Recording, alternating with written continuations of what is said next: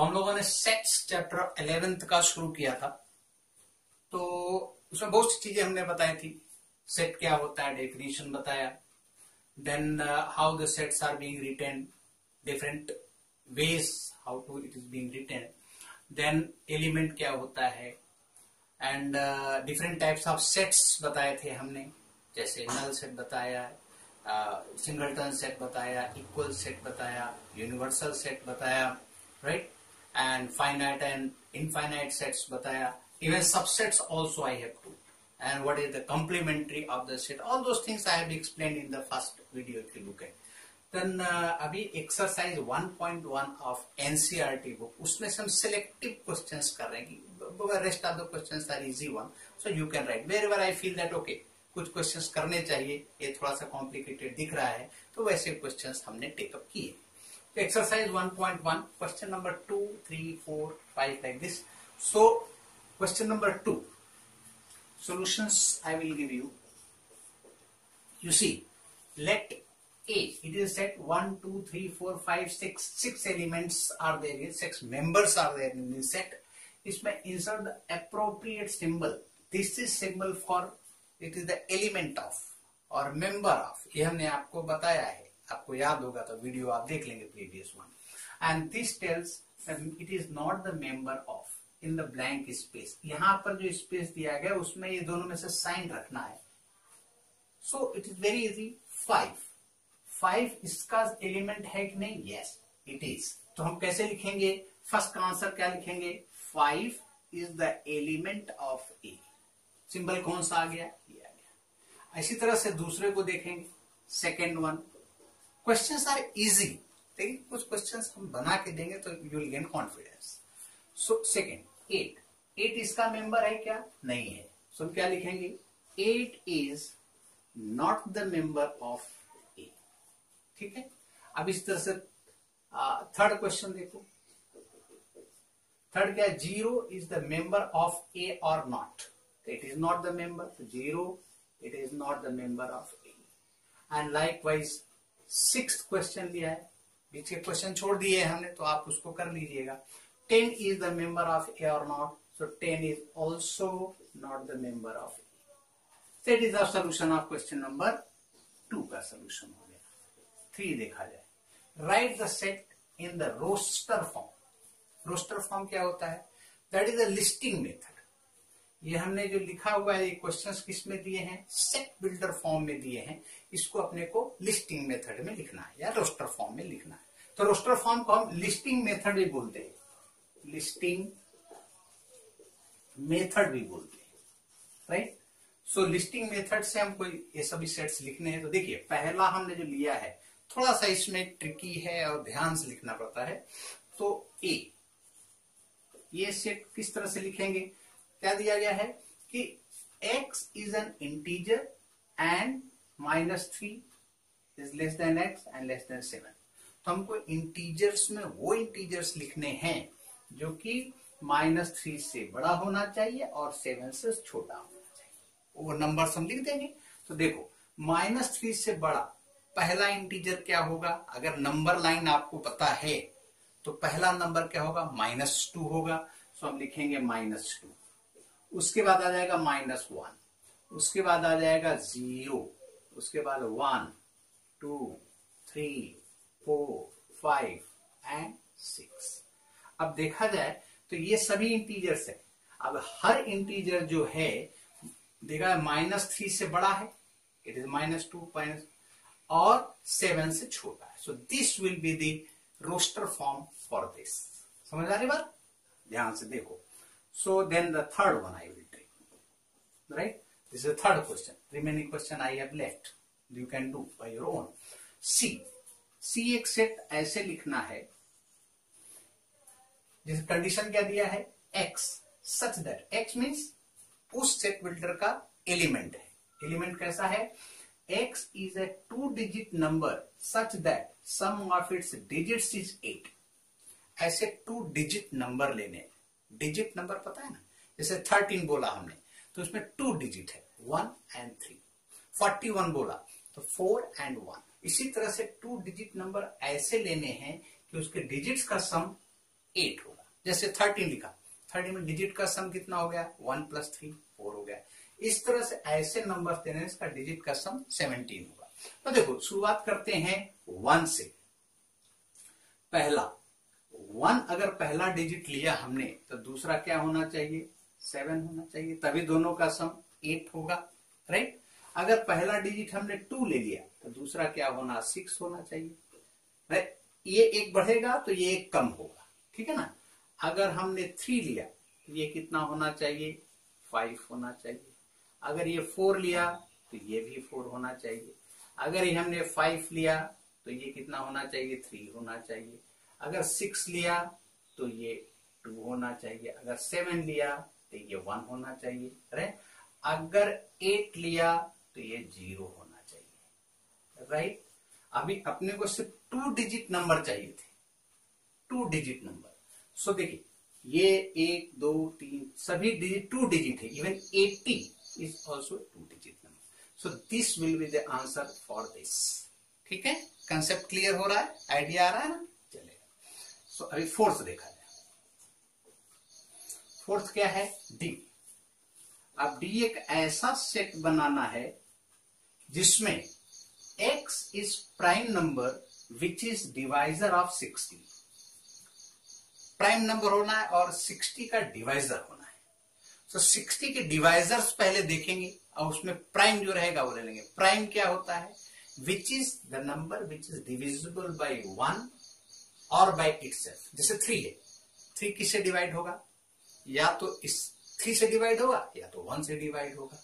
या 5 लिया, 5 या तो 5 से डिवाइड होगा या तो 1 से डिवाइड होगा, इसलिए भी प्राइम नंबर हो गया। लेकिन 4 क्या है, 4 is divisible by 1, 4 is divisible by 4 and 4 is divisible by 2 also, इसलिए 4 is not the prime number। इस तरह से 9 ले लो, 9 it is divisible by 1, it is divisible by 3, it is divisible by 9, that is why 9 is also not the prime number।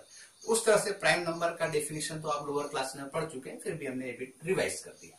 अब देखा जाए तो इसमें पहला नंबर क्या होगा, प्राइम होगा और 60 का डिवाइजर होगा।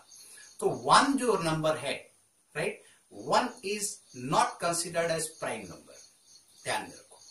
अब 1 हो गया, 2 देखेंगे, 2 से 60 डिवाइड होता है, तो 2 इज प्राइम और not.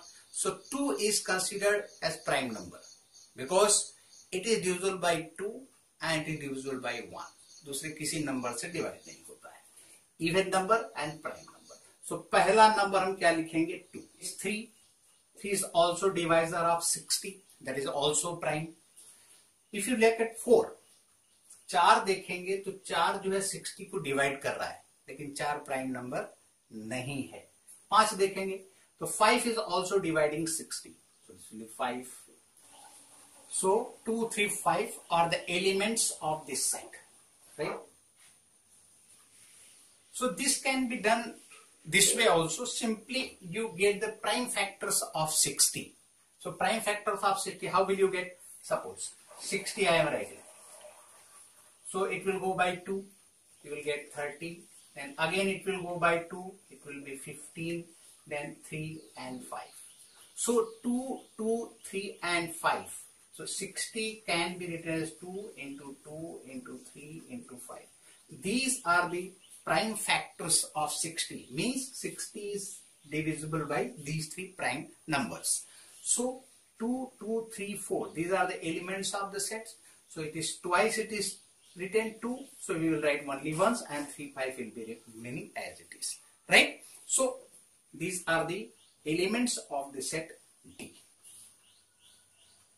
fifth question, that is the set E, the set of all letters in the word trigonometry, right? Here we will look at, so trigonometry, first letter is T, T.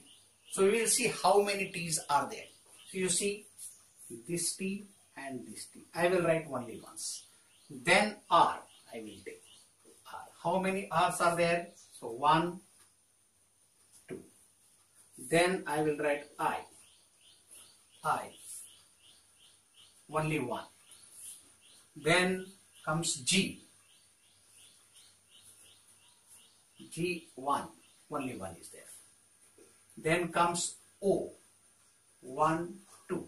So I will write O once. Then comes N, right? And M. Then E and then Y. E and Y. So these are the elements of the set E, which are written more than once, that I have written only once, right? Now, fourth question. Write the following set in set builder form. So, first part, in the set builder form I have to write. See, this is the set, right? 3, 6, 9, 12. Can we get some relation in this? 6 is twice of 3. It is 3 times of 3. It is 4 times of 3, right? So I can write this in the set builder form. Suppose I am writing a set A in this case. So we can write S such that X is equal to 3N, right? I will write in set builder form so that if I put the values, then we will get the set. X is 3N, right? And N is the element of natural number, right?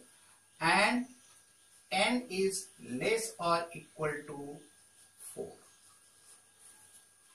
Because when you write in the set builder form, no, तो उसमें सोचना पड़ता है कैसे इसको लिखें कि अगर सेट बनाएंगे तो अपने को यही सेट मिलना चाहिए. अब देखिए हमने क्या लिखा, n is less or equal to 4. n के कौन कौन से वैल्यूज आ सकते हैं, क्योंकि वो एलिमेंट ऑफ नेचुरल नंबर है. तो क्या आ सकते हैं 1, 2, 3 एंड 4. ये वैल्यूज आएंगे उसके. तो n is equal to 1 जब रखेंगे यहाँ पर तो x कितना आ जाएगा 3. तो पहला एलिमेंट मिल जाएगा. n is equal to 2 रखेंगे तो x is equal to 6 आ जाएगा, दूसरा मिल जाएगा. 3 रखेंगे तीसरा मिल जाएगा. 4 रखेंगे तो 12 मिल जाएगा. So all the elements will get. So हम इस फॉर्म में भी लिख सकते हैं. It is set builder form. अच्छा, फोर्थ क्वेश्चन देखा जाए. सपोज हम ये सेट बी लिख रहे हैं, एक्स सच दैट. अब क्या है 2, 4, 6 अप टू इंफिनिटी. तो इसमें ऐसे लिख सकते हैं हम कि x is equal to 2n. n is the element of natural number. Simply because it is infinite set. Dot dot dot means it goes on increasing. So देखिए इवन नंबर्स है सभी, राइट? 2, 4, 6, 8 like this. तो हम उसको इस form में भी लिख सकते हैं कि n is the natural number. n का 1, 2, 3, 4 ऐसे वैल्यू रखिए आप. तो 1 रखेंगे तो 2 मिलेगा, 2 रखेंगे तो 4 मिलेगा, 3 रखेंगे तो 6 मिलेगा एंड सो ऑन, राइट? अब इसको हम दूसरे फॉर्म में भी लिख सकते हैं. और हम ऐसे लिख सकते हैं कि suppose x such that, right, x is even natural number.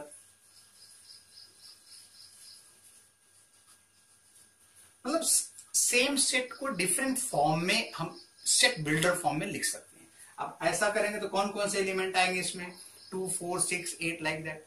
इसको इस तरह से लिख सकते हैं. कैसे भी हम उसको, हमारा सोच ऐसा चलना चाहिए कि हम ऐसा स्टेटमेंट एक बना दें कि स्टेटमेंट से हम अगर लिस्टिंग मेथड में जाएंगे तो हमको यही सेट मिलना चाहिए. ठीक है. अब फिफ्थ क्वेश्चन देखते हैं. सपोज इसको हम लेते हैं एक सेट P. ये सेट 1, 4, 9 अप टू 100. अब हम इसमें ऑब्जर्व करना पड़ता है कि इसमें क्या सिचुएशन कैसा है. अब देखिए पहला टर्म 1 है तो इसको 1 स्क्वायर लिख सकते हैं. 4 है 2 स्क्वायर, ये 3 स्क्वायर, ऐसे करते करते 10 square.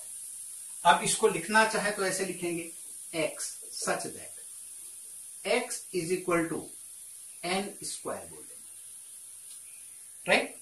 Where n is the element of natural number, right? And n is less or equal to कितना 10. सपोज हमने एक ऐसा स्टेटमेंट लिख दिया. अब इससे हमको वो सेट मिलता है क्या, हम देखेंगे जरा. n नेचुरल नंबर, इसके वैल्यूज क्या आएंगे 1, 2, 3, 4, 5 एंड सो ऑन.